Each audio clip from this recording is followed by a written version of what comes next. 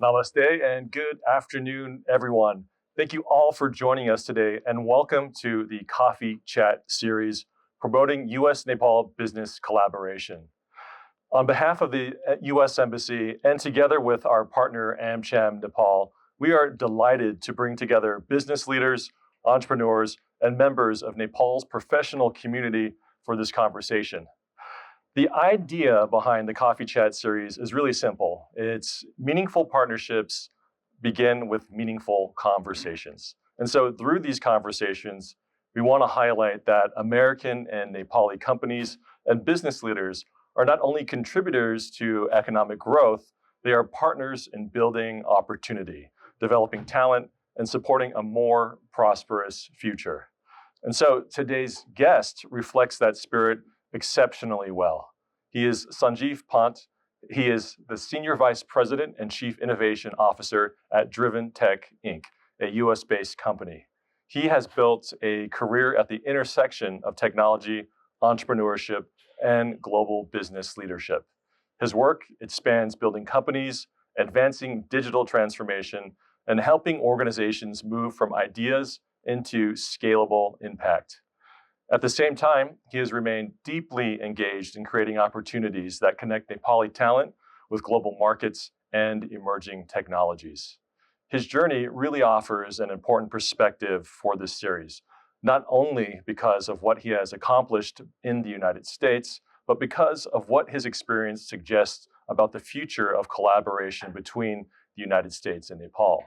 And so today we'll explore questions around innovation, AI, workforce readiness, entrepreneurship, and what it will take to strengthen U.S.-Nepal business partnerships in the years ahead. So please help me welcome Sanjeev Pant. Thank you. Thanks, Mike. Thanks for being with us. Welcome. Yeah, happy to be here. Thanks for the nice invite and really excited to be here. So, we have a list of questions prepared and we'd love to hear questions from the audience. But before we do that, can you just tell us a little bit about Driven Inc. and the work that you do there? Sure. Yeah, so Driven Inc. is an international company. We're backed by a very large private equity firm. And we became part of Driven Inc. about a few months ago as part of an acquisition that we did. It made sense. The CEO, COO, Rudy and Vino, good friends of mine, they built very large firms in the past. And I used to work with them in building that company from very small, $7 million company to about $6.7 billion company. And Wow. so I was very fortunate to be part of that journey and lead that. So it just was natural for us to be part of that larger group. As part of, I always talk to Vaibhav and Yukti about who are the co-founders who started TechBay with me, TechBay Addicts with me, and then eventually transitioned over to Driven. We want to grow, right? And the growth can be organic or inorganic in nature. So in this case, it just made sense for us to inorganically grow because we want to expose the talent here. I have my own thoughts around why, compared to the likes of India and China and other neighbor countries. And also I have a bias, because I'm in Nepali and I know what the talents are here. So that's predominantly the biggest reason. But Driven Inc., we focus on what we call a platform strategy. What that really means is today, in this AI era, when you're looking at solutions and products and everything that goes with it, you can't look at it just from an AI perspective, right? So our mission and vision is to help enterprises scale in the AI journey by making sure that their environments are secure, and then they're running AI in a very secure environment based on all the threat vectors that comes with it. So that's what we do in a nutshell. We are a global company. We have about, with the acquisition of TechBay, we're now about a 200 plus company, and a really good pipeline and revenue stream.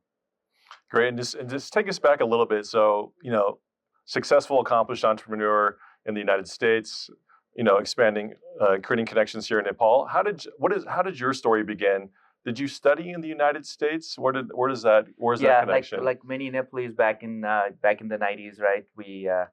I went to the US back in 97, and always wanted to come back, but my dads were like, "Nah, don't come back. It's not a good time here."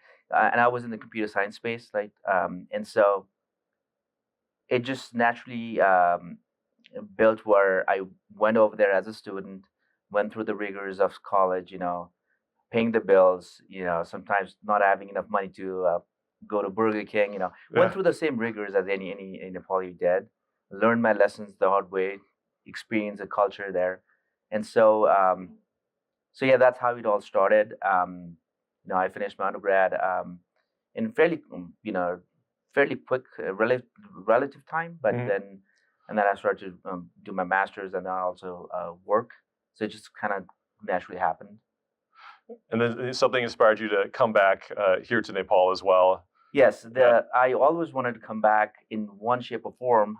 Um, it only took me 25 years to do that, but in the last few years, I've been able to come back here, learn the culture that I'd missed for the past 20 plus years, and just align with the Nepali community and understand what impact we can together do. Right?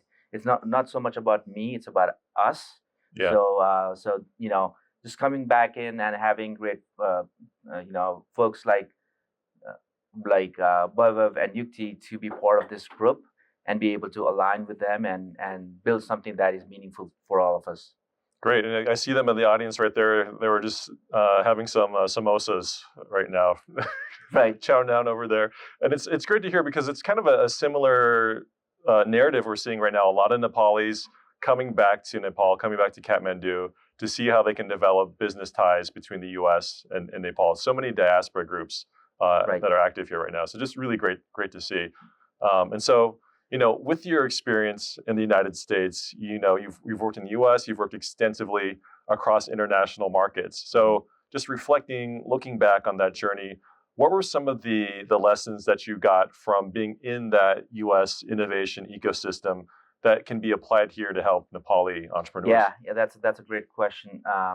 So you have to be innovative, right? In this fast-paced market, you can't slow down. One of the things that I've learned is urgency matters, and you have to be very keen to that, right? Maybe keen is not the right word, but it is the urgency. You have to make sure that you are attending to your customers. You have to have that customer obsession. When a customer says, "Hey, you need," uh, customers come first all the time. So one of the things that I have learned is urgency matters. The other thing that I've learned is you also have to respect culture. When we work in the United States, there's a lot of folks you work with different cultures, right? And just to adapt to that culture, to be able to understand what it is that really drives them. It's not always about money, and sometimes there's a lot other factors to it, so you have to understand that. The other thing that I've learned, and just to mix the diversity, in the states. As an example, one of my things that I've been talking to the team here is we need to have a 60-40 blend between men and women in the office, and it's needed for various reasons, right? For various reasons, that it's not just about just tech stuff. It's more about soft skills. There's a lot of other thing that comes with it. So just having that diversity is one big thing that I've learned. So combined with that, urgency is paramount. Mhm. Being American, fortunately, I hold the American passport, and I do understand what that really means from urgency standpoint. So those are the few key things that I would say. Great. And I've seen some of your other talks, and on this, you've spoken a lot about just the potential that is innate within Nepal and within Nepali talent. And so, could you expand on that a little Right. bit? Like, what are some of the specific strengths about Nepali workforce and just Nepal in general that can make it attractive to global tech companies? Yeah, that's a great question. So when it comes to Nepal, one of the things that I've seen and learned is Nepali here, they are really adaptable to change, right? They mold themselves to whatever it is that they have to be, to be successful. And so what that means in terms of the tech world, I wouldn't say tech in general, what that really means is being able to speak to customers confidently, right? Mm. So when we were building, I was very fortunate to be part of 3 companies that we built together with a couple of folks in my team.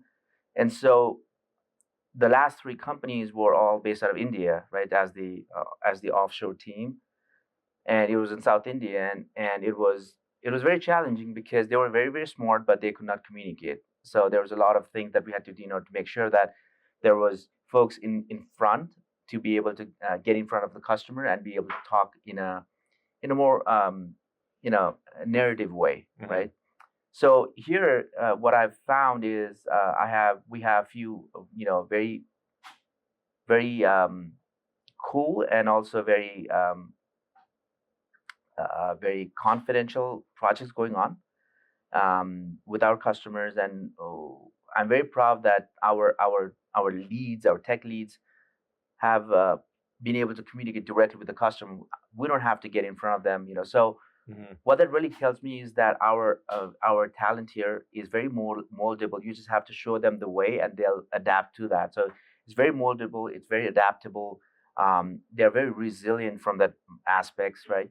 The other thing is going back to the culture. When we were, I'm sure the folks in the audience can relate to this. When we were growing up, our parents they always told us you have to be either a doctor or an engineer. The first was doctor, the second one is engineer, right? Mhm. And then a chartered accountant and all that came later. So the idea is that the culture has our parents have it is in our culture to make sure that you should be mathematically inclined. You Mhm. should be very much inclined in those things. So if you put that into context, and if you go into the different engineering schools, what I found is these students are extremely mathematically inclined, right? So that is another value proposition, and the business that we are in, which is all around data and AI, we have to be mathematically inclined. So these are some, Mhm. and there's others, but these are some unique characteristics that really Mhm. differentiates us from the others. Mhm. So you mentioned like math skills and just kind of innate people skills to allow them to interact with the customers Correct. just more naturally. Like what? So building on that, what kind of experiences should people with these base skills, gain in order to become more competitive in this AI economy? Yeah. So some of the skills that they need to gain is obviously the soft skills is the big one. And that's something you don't get that by going to a class, right? That's where we have a separate academy that our team runs called Tech Bay Academy, and one of the things that we do there is also talk about soft skills. What is that interpersonal skills? How do you communicate with people, right?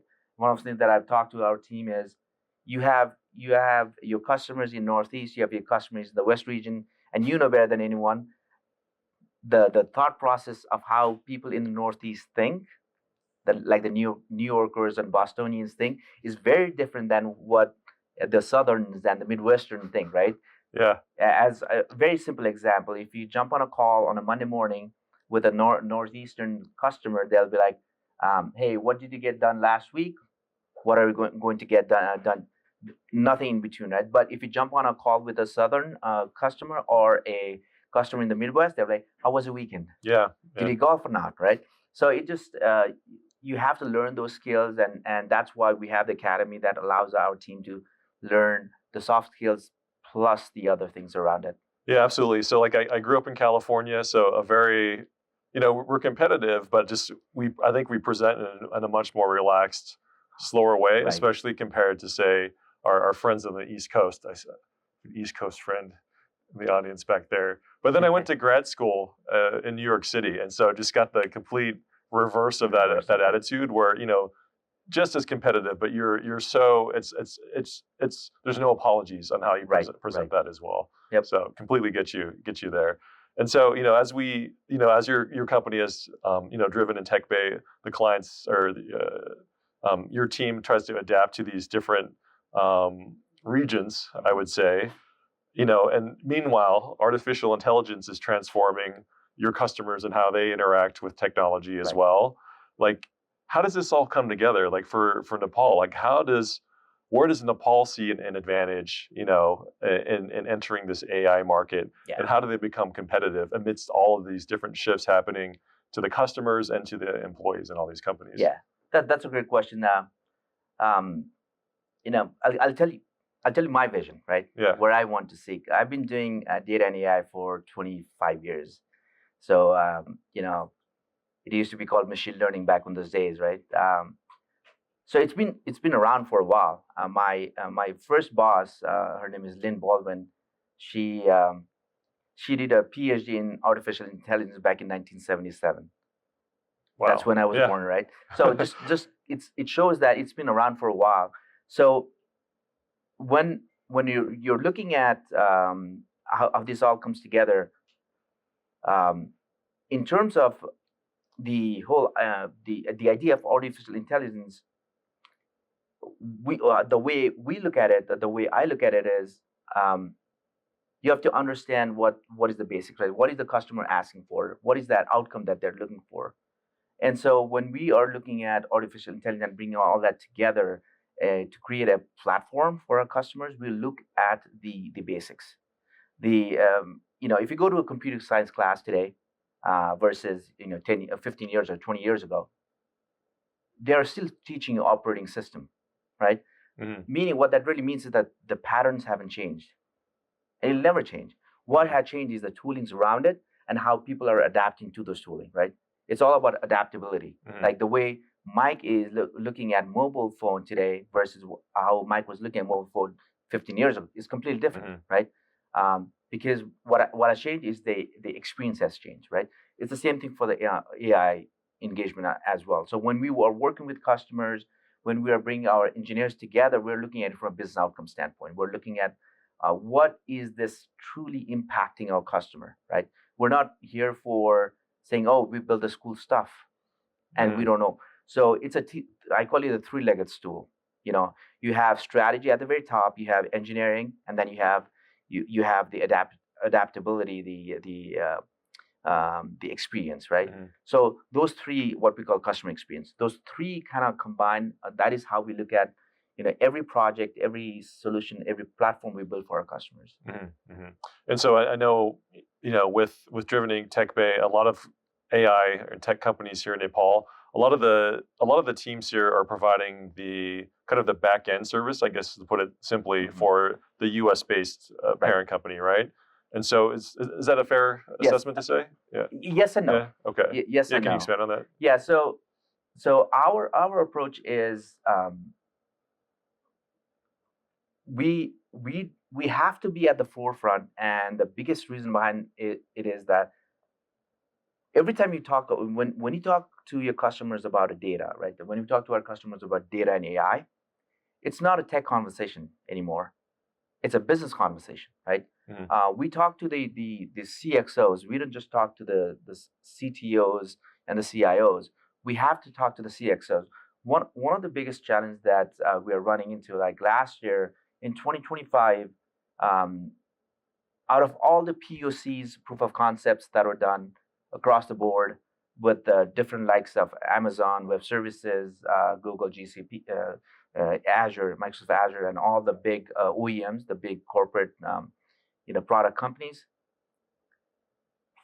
5% of the workloads on AI went to production, right? That is, that what that really means in layman's terms, that people start to adopt it, right? Mhm. And the biggest reason behind this is there's two reasons. One is security, because security was always thought after, Mhm. and so that is one reason. The other reason for this type of adoption is there's a huge gap between your business leaders and your tech leaders.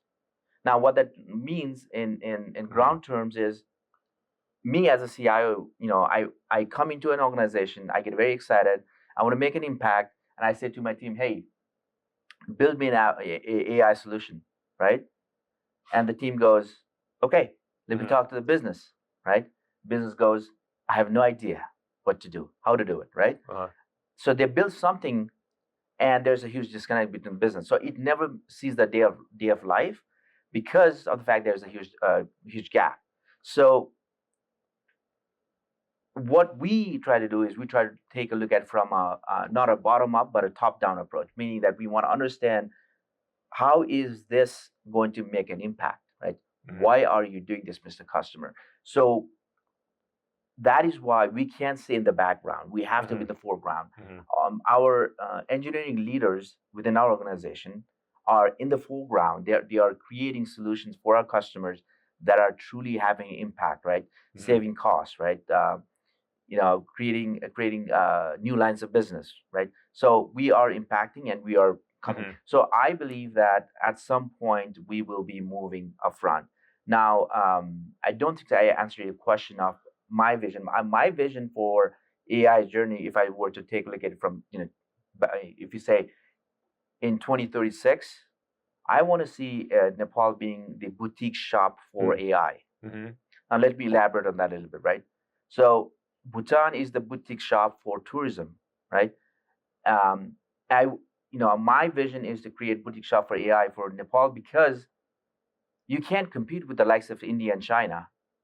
Why? Because of scale, right? They are able to produce extremely large quantity of engineers compared to what Nepal has. So how can we compete? We compete in a way by becoming a boutique shop. How do you do that?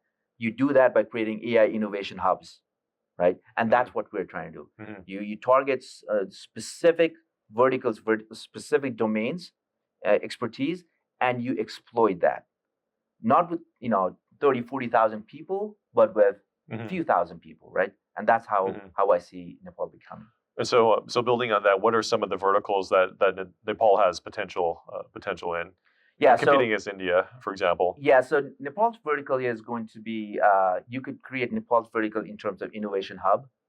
And then if you want to target is, what is the biggest, what is the two biggest money-making, revenue in Nepal, right? From a GDP standpoint.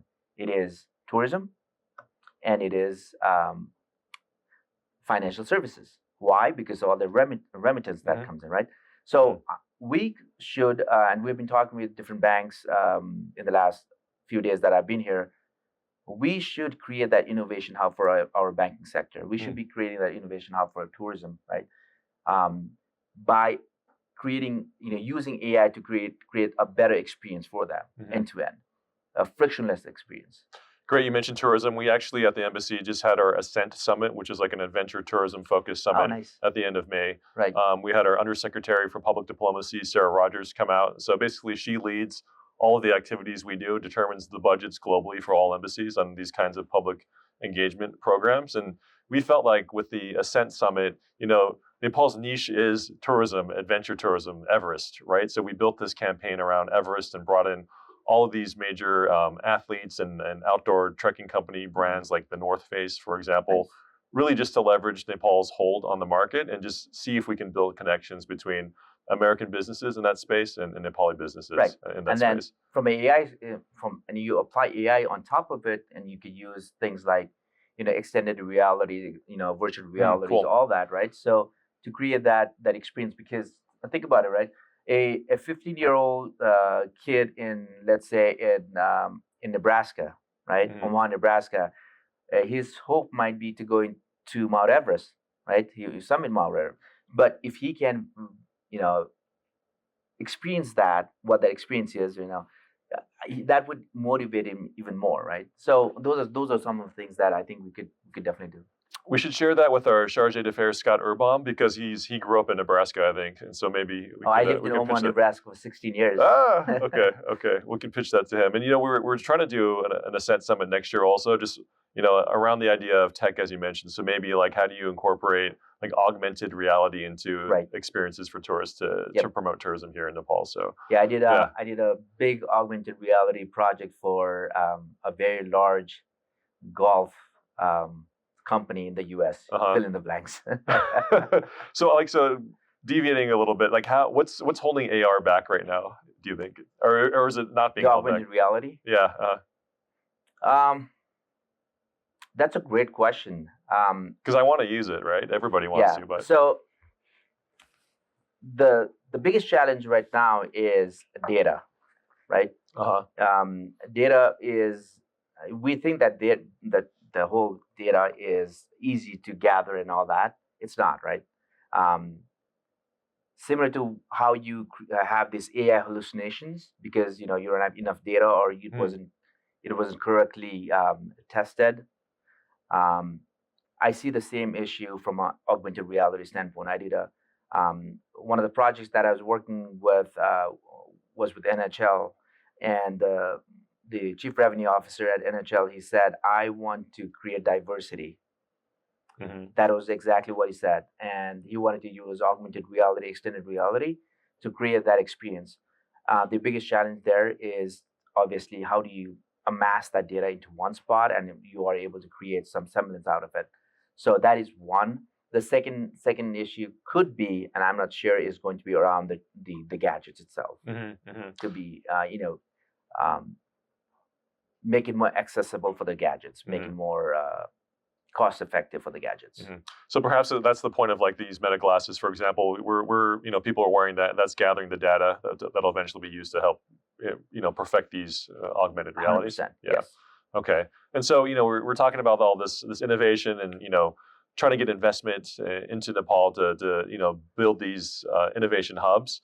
But on a more ground level, like what are some of the policy or the regulatory reforms that will have to happen and will have the greatest impacts in helping Nepalese startups and businesses scale up to actually Yeah. achieve these So goals?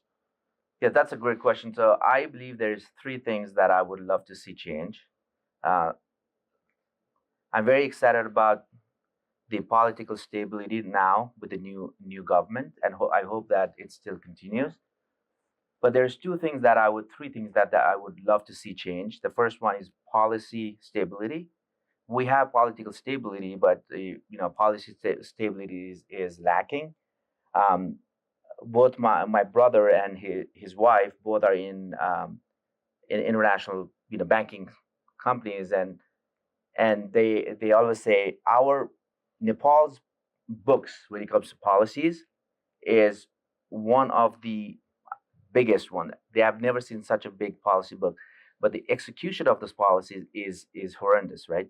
There's no clarity. So what I want to see is if I were to wave my magic wand and make changes, I would love to see policy stability as the first one, and then the second one is I would love to see regulatory clarity. What that really means is, as an investor, I should be able to do frictionless, money movement between the U.S. and Nepal to be able to create that wave, right? So when I talk to my colleagues, my friends back in the U.S. who have an interest to invest, as an investor, their biggest question is two questions. One is what is the political situation in Nepal? That's first one, and second is how easy is it to move money back and forth, even if you're a foreign direct investor, right? So when I had to go talk to the right folks in the political scenario, they'll say, yeah, it's easy. Yeah, oh yeah, we can do it.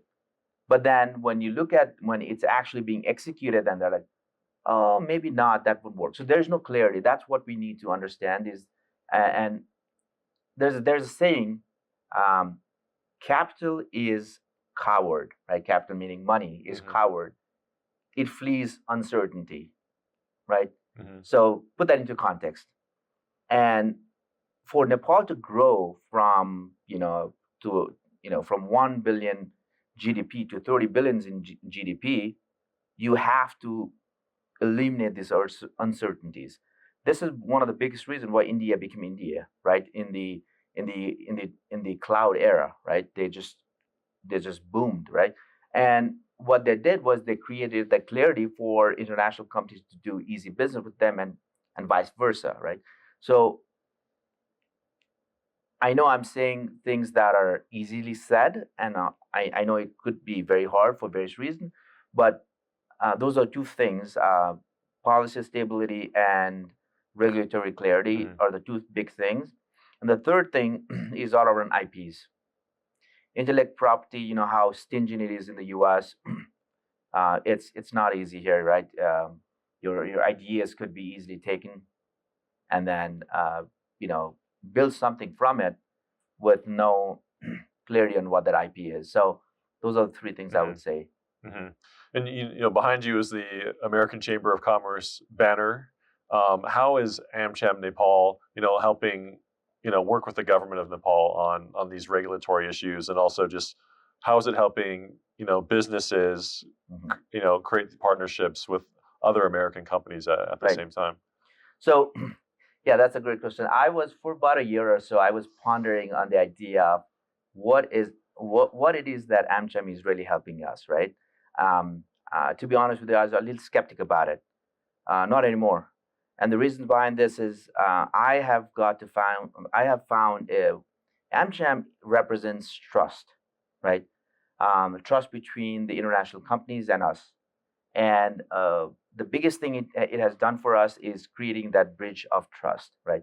When we talk to AmCham and some of the things that they're doing from a regulatory standpoint, it's really impactful, right?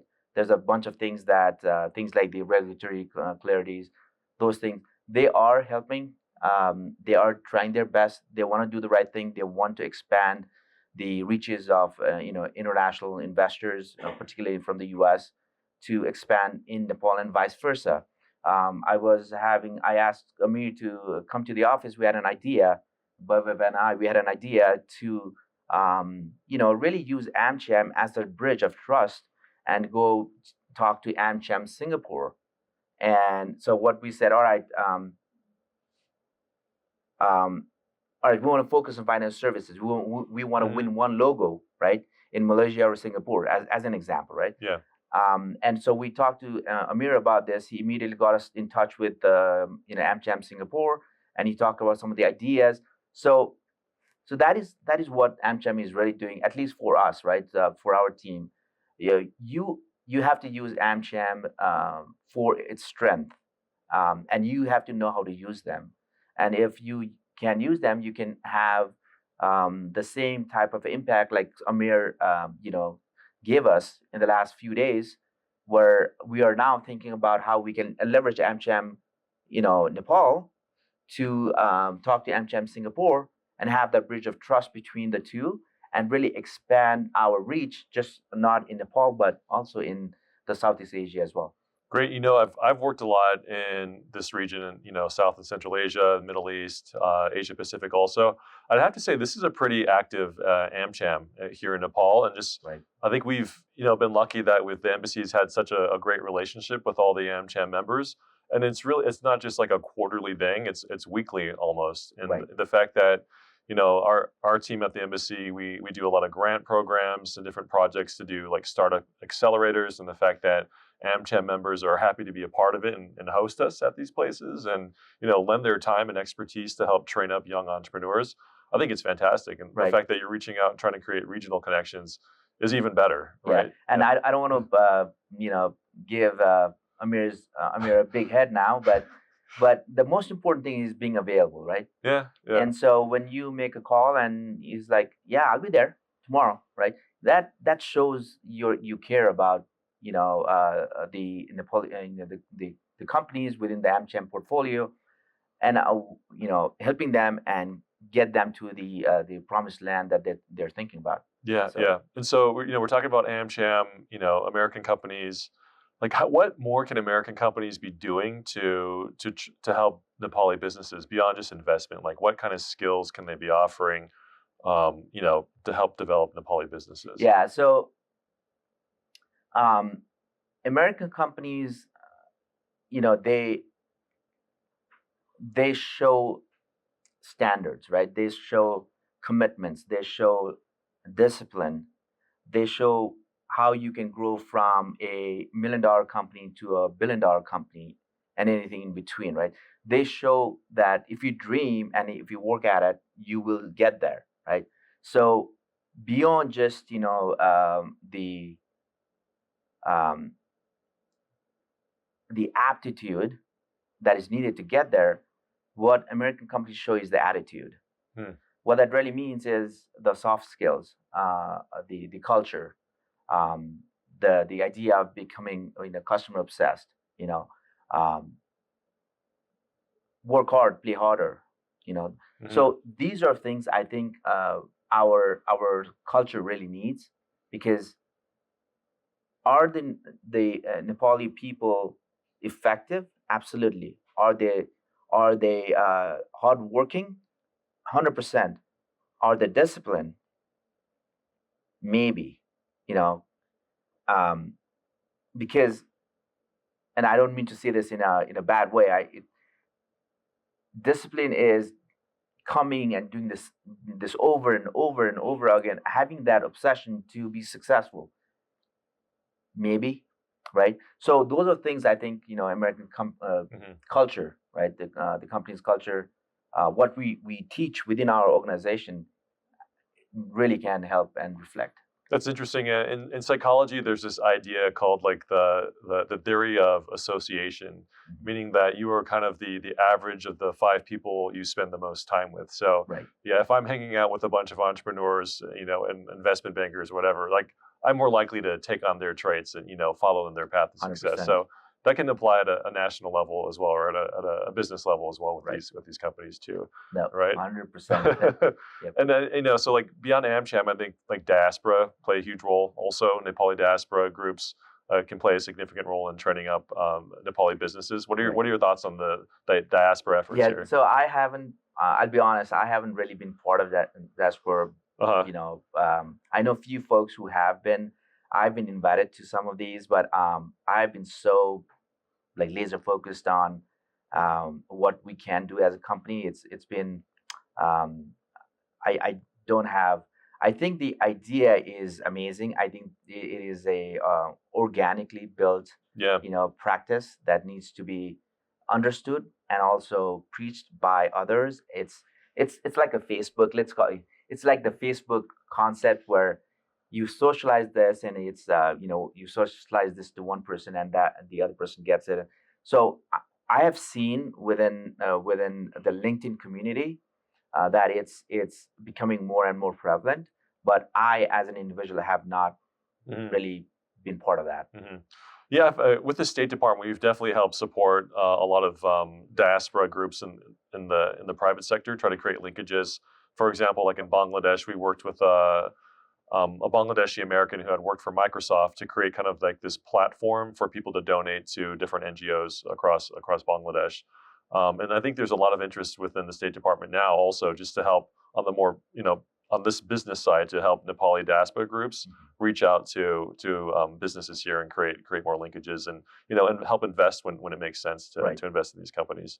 Um, and so, like a lot of potential there, and I think we'll going forward with the embassy, we hope to do more projects working with that diaspora specifically to gain their expertise or Right. and connect That's them with the that's Nepali a business. fantastic idea. Yeah, yep. So more to come on that. Um, Now let's maybe shift a little bit and look a little more like forward looking into the future of AI. A lot of talk about artificial general intelligence, and also like what is you being so immersed in this business. What is your vision of AI and like AGI and the intelligence era going forward, or Right. whatever the right term is for that? Yeah. It's let me bust the myth, which Uh, is AI is going to take over the job. Right. It is not. AI is will take some of the mundane job for sure. Right. But it will not take over the job. So I hear a lot, even when I travel a lot in the US, a lot of our customers are concerned that, it's a job replacement, but it is a job augmentation, right? It's not a replacement, but it augments mhm. job, right? So um, in these frontier models, right? The GPTs of the world, and I'm sure you guys have heard of the Mythos, the project Glasswing. Um, these will come up over and over again, right? So about a year ago, I think it was, yeah, exactly about a year ago, this whole deep seek came about, and there was a big push around it. So frontier models will come up, and you have to make sure that you are one step ahead of the game. But how I see the AI is going to be working is it will be replacing some of the uh, it would automate some of the mundane jobs for sure. It would allow like for our engineering team, they will go from code writers to being code orchestrators, right?